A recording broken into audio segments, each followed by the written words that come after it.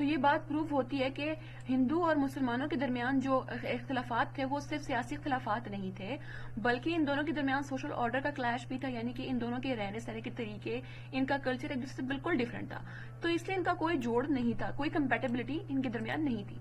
1000 سال سے زیادہ ایک ساتھ رہنے کے باوجود بھی ان کے کلچر، ان کے ٹریڈیشنز، ان کے کھانے پینے کے عادات، ان کا میوزک، ان کا آرکیٹیکچر، سب کچھ ایک دوسرے سے بالکل ڈفرینٹ تھا۔ تو اب یہاں سے کیا ہوا کہ مسلمانوں نے اپنی قومیت کی بنیاد رکھی، اور انہوں نے کہا کہ ہماری قومیت کی جو بنیاد ہے وہ کسی علاقے، رنگت یا نسل کی بنیاد پر نہیں ہوگی، بلکہ ہماری قومیت کی بنیاد اسلام اور عقیدے کی بنیاد پر رکھی جائے گی۔ اس کے علاوہ انہوں نے ڈیمانڈ کیا کہ جو جن علاقوں میں مسلمانوں کی میجورٹی زیادہ ہے ان سب کو اکٹھا کر کے ہمارے لیے ایک الگ اسٹیٹ بنا دی جائے، جہاں پر ہم اپنی زندگی نبی کریم صلی اللہ علیہ وسلم اور قرآن پاک کے مطابق اپنی زندگی گزار سکیں۔ اس کے بعد ہم دیکھتے ہیں ٹو نیشن تھیوری کی ایولیوشن کیسے ہوئی۔ ٹو نیشن تھیوری یعنی کہ دو قومی نظریہ۔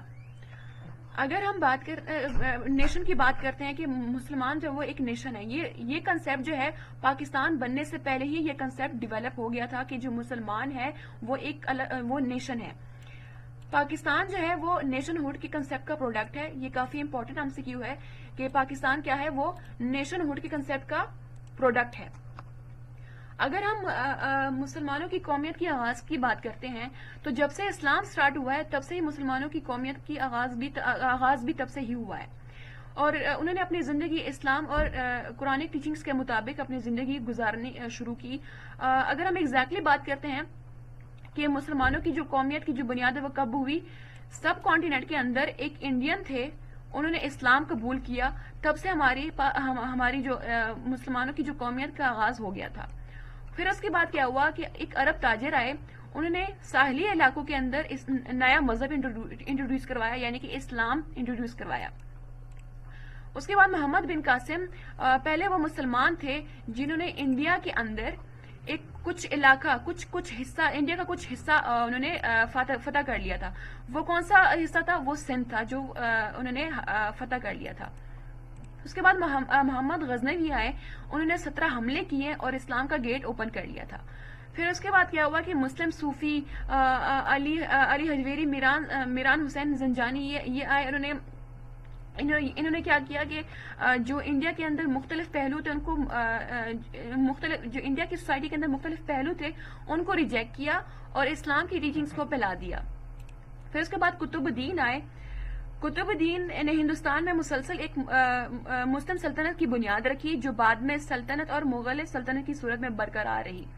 اس طرح سے مسلمانوں کی کمیونٹی کافی زیادہ اسٹرانگ ہو گئی تھی، اور انہوں نے اپنی زندگی جو ہے اپنی ہسٹری اور اپنے کلچر کے مطابق گزارنا شروع کر دی۔ اسلام جو ہے وہ کبھی بھی ہندوازم میں ایبزارب نہیں ہو سکتا۔ دین الہی اور بختی یہ دو ایسے مومنٹس ہیں جو مسلم علماء نے انٹروڈیوس کروائے۔ کس لیے انٹروڈیوس کروائے؟ کہ اسلامک کریکٹر ہے نا وہ پرزرو رہ سکے۔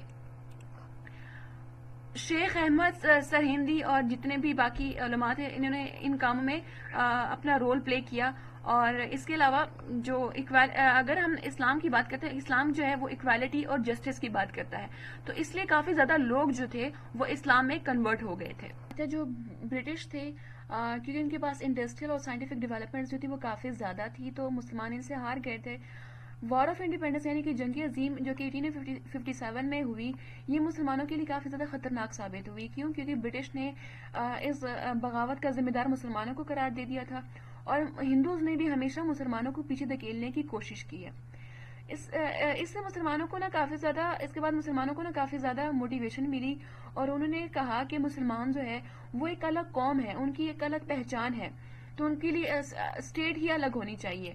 اور جو مسلم اسکالرس تھے انہوں نے کیا کیا کہ مسلم سوسائٹی کے اندر اسلامک لا کی ٹیچنگس کو پروموٹ کیا۔ اس میں سب سے زیادہ پرومیننٹ نام جو ہے وہ سید احمد خان کا ہے، جنہوں نے الگ کمیونٹی بنائی اور ایجوکیشنل سروسز دی، علی گڑھ موومنٹ بنایا، تاکہ مسلمان جو ہے کولونیل رول کے اندر رہتے ہوئے بھی سوسائٹی میں زندگی گزارنے کے قابل ہو۔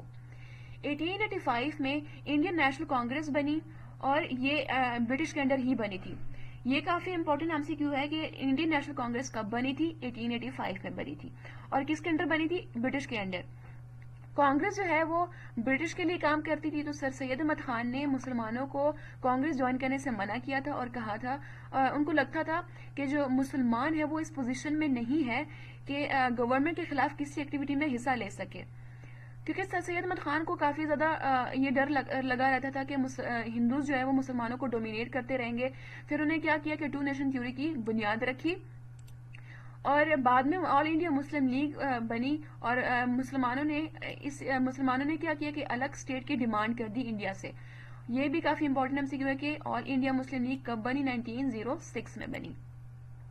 سر سید احمد خان نے مسلمانوں کو کہا کہ وہ ماڈرن ایجوکیشن حاصل کریں اور نان پولیٹیکل ایکٹیویٹی سے دور رہیں تاکہ وہ اس طرح سے اچھے سے ایڈوانسمنٹ حاصل کر لیں گے. علی گڑھ موومنٹ بنائی گئی. ان کا مین مقصد یہ تھا کہ مسلمانوں کی جو رائٹس ہیں ان کو پروٹیکٹ کیا جا سکے. آل انڈیا مسلم لیگ ڈھاکہ میں قائم کی گئی تاکہ برٹش کی حکومت سے وفاداری برقرار رکھی جائے اور ہندوستان کے مسلمانوں کی جو سیاسی حقوق اور مفادات کی حفاظت ہے ان کی جو ترقی ہے اس کو یقینی بنایا جا سکے. یہ جو سیپریٹ الیکٹوریٹ کے جو کنسیپٹ تھا یہ مسلمانوں کے لیے ایک نئے دن کا آغاز تھا. 2 نیشن تھیوری کو بنیاد رکھتے ہوئے مسلمانوں نے پاکستان کی ڈیمانڈ کی برٹش انڈیا سے اور انہوں نے کہا کہ برٹش انڈیا کے اندر دو بڑے میجر نیشنز ہیں. مسلمان جو ہے وہ کوئی کمیونٹی نہیں ہے بلکہ ایک الگ نیشن ہے جس کی اپنی کوئی ہسٹری ہے, اپنے کوئی کلچر ہے, ان کا اپنا کوئی فیوچر ہے. مسلمان اپنی الگ شناخت کو برقرار رکھنا چاہتے تھے اور ہندوستان میں اپنی مفادات کا تحفظ اور ترقی چاہتے تھے. وہ اپنی زندگی کو اپنے نظریات کے مطابق گزارنا چاہتے تھے بغیر کسی میجورٹی کے قابض کیے گئے. شروع میں ان کا ڈیمانڈ تھا, مسلمانوں کی ڈیمانڈز تھی کہ ان کے جو حقوق ہے ان کو یقینی بنایا جا سکے اور ان کے جو حقوق ہیں ان کو کانسٹیٹیوشنلی یعنی کہ آئینی طور پر اس کی گارنٹی دی جائے کہ ان کے حقوق کی تحفظ کی جائے گی اور ان کے لیے ایک ایسا فیڈرل سسٹم بنایا جائے جس میں ساری پاورز ہیں نا وہ پروونسز کو دیے جا سکے. لیکن یہ ساری جو ڈیمانڈز تھی وہ برٹش نے اور ہندو میجورٹی نے نہیں ایکسیپٹ کی. انہوں نے کہا کہ ہم یہ ایکسیپٹ نہیں کریں گے, انہوں نے ریجیکٹ کر دی تھی. تو مسلمانوں نے کیا کیا, انہوں نے الگ اسٹیٹ کی ڈیمانڈ کر دی تھی. ہندی اردو کنٹروورسی.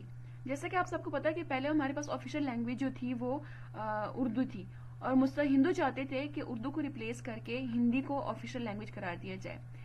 تو ہندو کی تحریکیں مسلمانوں کے خلاف ہو دی گئی اور ہندو قوم پرستی مسلمانوں کے نظریات کے مخالف تھی. اس وجہ سے مسلمانوں نے اپنے حقوق بچانے کے لیے سیاسی طور پر منظم ہونا ضروری سمجھا. 1857 کے بعد ہندی اردو کنٹروورسی جو تھی وہ زیادہ, اس کا ایشو زیادہ ہونے لگا.